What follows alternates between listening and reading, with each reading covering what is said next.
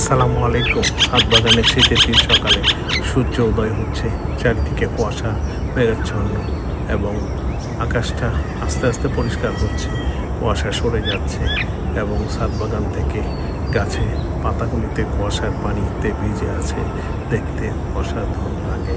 এই সকালটা আমার কাছে অনেক ভালো লাগে।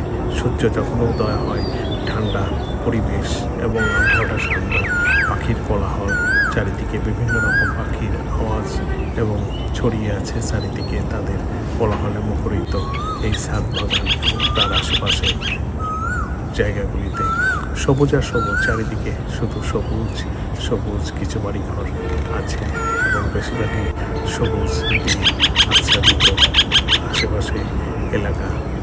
এবং ছাদ বাগানের সব থেকে ভালো লাগে এই মুহূর্তগুলি, যেমন পাখির কলকাকলি, নীরবতা, চারিদিকে শুধু গাছগাছালি এবং এছাড়া আর কিছুই নাই। ভালো লাগে সবুজ, ভালো লাগে সবুজের সামনে একটু থাকতে।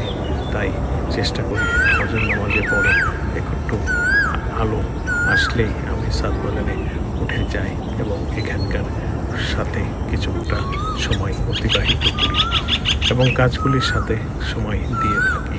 অসাধারণ এই পরিবেশ এবং ভালো লাগা সবই মিলে সবুজের এই যে দেখতে পাচ্ছেন পাতাগুলিতে কুয়াশার পানি ভিজে আছে, অসাধারণ দেখতে লাগছে।